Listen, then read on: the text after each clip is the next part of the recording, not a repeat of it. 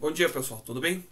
Nossa aula de hoje nós vamos fazer então uma revisão sobre ácidos e bases, relembrando os principais conceitos sobre cada um desses grupos de substâncias, alguns exemplos de classificação e também um pouco sobre a nomenclatura dessas substâncias. Então, o que são ácidos, gente? Vamos relembrar rapidamente. Ácidos são substâncias químicas que, segundo Arrhenius, quando em solução aquosa, quando dissolvidos em água, sofrem um processo de ionização, e neste processo de ionização, essas substâncias vão liberar como único íon positivo o cátion hidrônio, chamado de H+. E o ânion, o íon negativo, pode ser qualquer outro, não importa qual é ele. Mas se liberar como íon positivo o H+, essa substância vai ser classificada como ácido. Os ácidos apresentam uma fórmula geral HX. H por ser o hidrogênio, um dos seus principais componentes, e o X representa um ânion qualquer que pode ser variado aí dependendo de qual é o ácido ao qual nós estejamos nos referindo. Svante Arrhenius foi o primeiro a propor uma definição para ácidos, tá? Essa definição que a gente conhece, que eu acabei de citar como sendo substâncias que em solução aquosa sofram um processo de ionização, liberando como único íon positivo o íon H+, foi proposto por ele lá no finalzinho do século XX, tá? A ionização de um ácido, quando ele é colocado em água, todo ácido, quando ele é dissolvido em água, ele sofre uma ruptura da sua molécula, ele sofre uma quebra da sua molécula. Esse processo de quebra da molécula nós chamamos de ionização.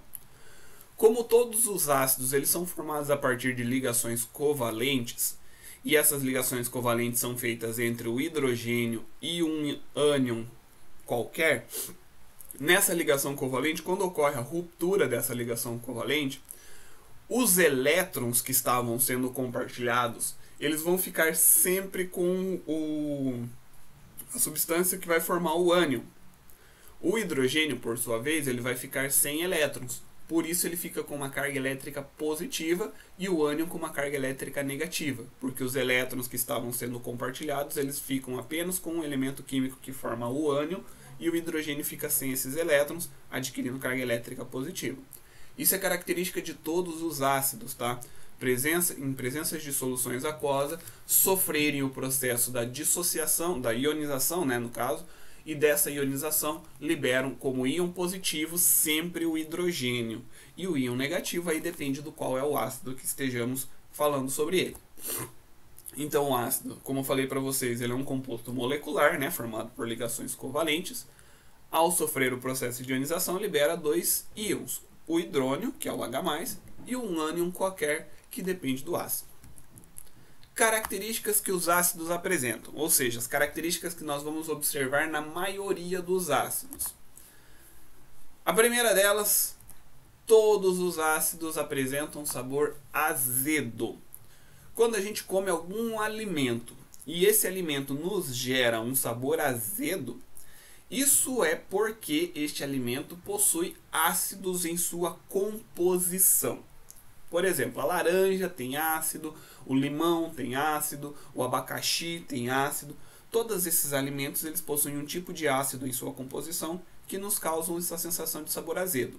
Os ácidos presentes nesses alimentos são chamados de ácidos orgânicos porque eles são feitos com eles têm em sua estrutura átomos de carbono, formando cadeias carbônicas. Já os ácidos inorgânicos, que são aqueles que não têm o carbono na sua estrutura, não tem carbonos formando encadeamento na sua estrutura, eles também possuem o sabor azedo.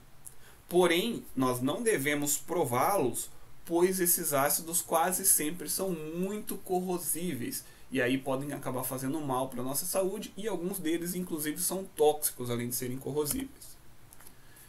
Também os ácidos, outra característica importante deles, quando a gente dissolve eles em água, como ocorre o processo da ionização, da formação de dois íons, significa que os ácidos também são capazes de conduzir corrente elétrica quando eles estão em meio aquoso, em solução aquosa. Lembra lá no slide anterior, quando a gente falou do processo de ionização, que forma um íon positivo e um íon negativo? Íons com cargas elétricas são capazes de conduzir elétrons. Eletricidade nada mais é do que uma passagem de elétrons. Portanto, ácidos em solução conduzem corrente elétrica. E por último, os ácidos mudam a cor de substâncias químicas conhecidas como indicadoras. Esses indicadores são chamados de indicadores ácidos-base, eles são usados para identificar quando uma solução tem ácido ou quando uma solução tem base na sua composição, e são substâncias que vão mudar a sua coloração de acordo com o meio onde ele é colocado. Se ele é colocado num meio contendo ácido, ele assume uma coloração; se ele é colocado num meio contendo base, ele assume outra coloração diferente. Os ácidos orgânicos, como eu falei para vocês, compõem um grupo de substâncias químicas que apresentam as propriedades de um ácido, mas que também apresentam átomos de carbono formando cadeias carbônicas. Tá?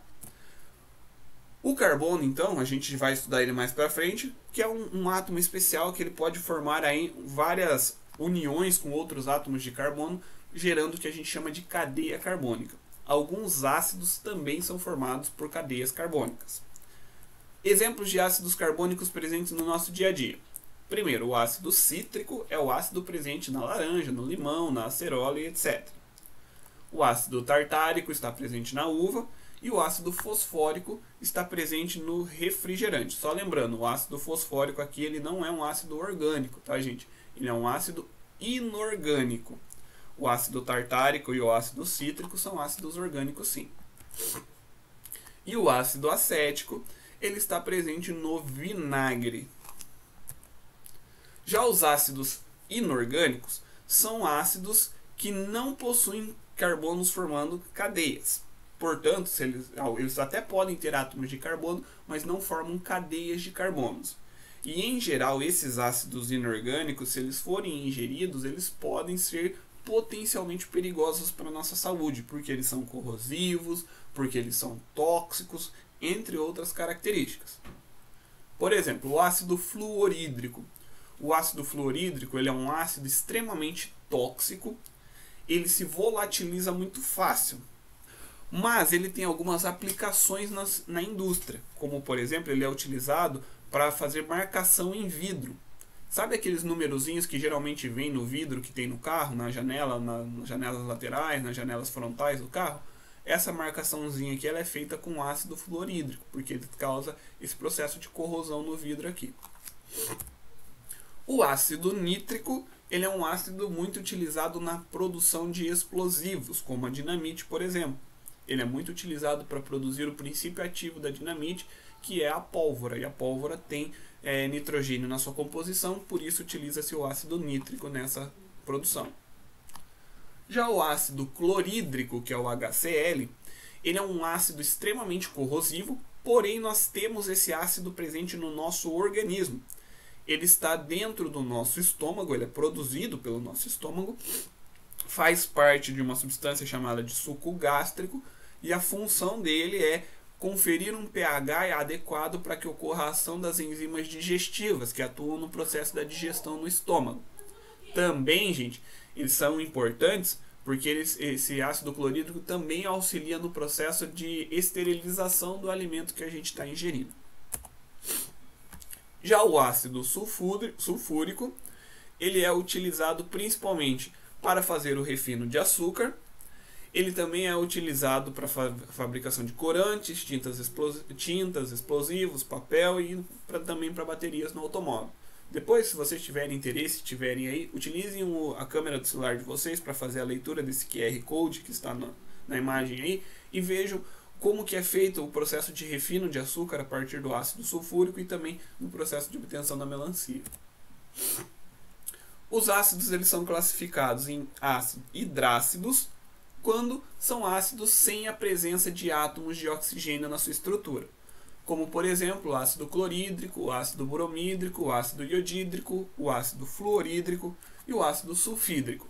Percebam que nenhum deles aqui tem oxigênio formando a sua molécula, por isso eles são chamados de hidrácidos. Os oxiácidos são aqueles ácidos que apresentam átomos de oxigênio na sua composição, como o ácido carbônico, o ácido nítrico, o ácido clórico, o ácido fosfórico e o ácido sulfúrico também. Agora as bases. O que são bases? Segundo a teoria de Arrhenius, né, se ele definiu o que são ácidos, ele também define o que são bases. Arrhenius diz que bases são compostos que, em meio aquoso, produzam como único íon negativo a hidroxila. Então, olha, vamos só comparar rapidinho. Ácido, em solução aquosa, sofre ionização e libera como único íon positivo o H+. E o íon negativo é qualquer outro. Base é toda e qualquer substância que em solução aquosa sofre ionização e libera como único íon negativo a hidroxila, o OH-. E o positivo pode ser qualquer um dependendo da base. Então, olha, o nome do íon é hidroxila, tá? Vamos lá para frente. Bases, então, sofrem ionização quando dissolvidas em água, produzindo o ânion hidróxido, ou também chamado de hidroxila, e um cátion, que geralmente é derivado de um metal. Alguns exemplos de bases. O hidróxido de sódio é conhecido como soda cáustica. É muito vendido isso daqui em mercado com o nome comercial soda cáustica, utilizado principalmente no desentupimento de canos e etc. Tá? A soda cáustica, geralmente ela é armazenada em potes de plástico porque ela também corrói vidro, tá? Se for colocado ela em contato com o vidro, ela causa corrosão do vidro. O hidróxido de magnésio, o MgOH2, ele é vendido popularmente com o nome de leite de magnésia. É utilizado principalmente para combater a acidez estomacal e também como um estimulante da mobilidade das fezes no intestino. Ele causa ali uma certa eliminação de fezes mais facilmente. A equação de dissociação das bases. Então a gente tem uma base qualquer, aqui no caso é hidróxido de sódio. Quando a gente mistura o hidróxido de sódio em água, ele vai formar como íon negativo, como ânion, sempre a hidroxila. E como estamos falando do hidróxido de sódio, o íon positivo é o sódio. Se a gente dissolver o hidróxido de cálcio, vai formar também como íon negativo 2 moléculas de hidroxila e o íon cálcio. Se falarmos do hidróxido de alumínio, forma 3 moléculas de hidroxila e um átomo e um cátion, chamado de alumínio. Percebam que para as 3 bases, sempre o ânion é a hidroxila. O que vai mudar é o cátion. E como que fica a nomenclatura de uma base? A nomenclatura de uma base é extremamente fácil, extremamente simples. Nós vamos usar o termo hidróxido de, e aí aqui nós vamos usar o nome do cátion que a base forma. Por exemplo, olha aqui. Aqui temos NaOH. Vimos ali atrás, anteriormente, no slide passado, que na equação de dissociação dessa base aqui, ele forma como íon positivo o Na, e como ânion o OH.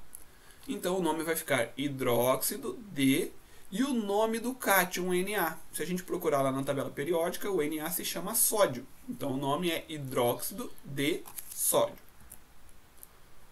Outros exemplos de bases presentes no nosso cotidiano. Exemplos: o hidróxido de cálcio, aqui o hidróxido de lítio, o hidróxido de alumínio e aqui então o hidróxido de alumínio. Pessoal, só percebam o seguinte: a palavra hidróxido se refere à presença da hidroxila e o nome que vem depois do hidróxido é sempre referente ao cátion presente junto com essa hidroxila. Beleza, galera? Nossa aula de hoje era isso, para a gente fazer uma revisão rápida sobre ácidos e bases, para a gente dar sequência no nosso conteúdo. Fiquem bem e até semana que vem. Tchau, tchau!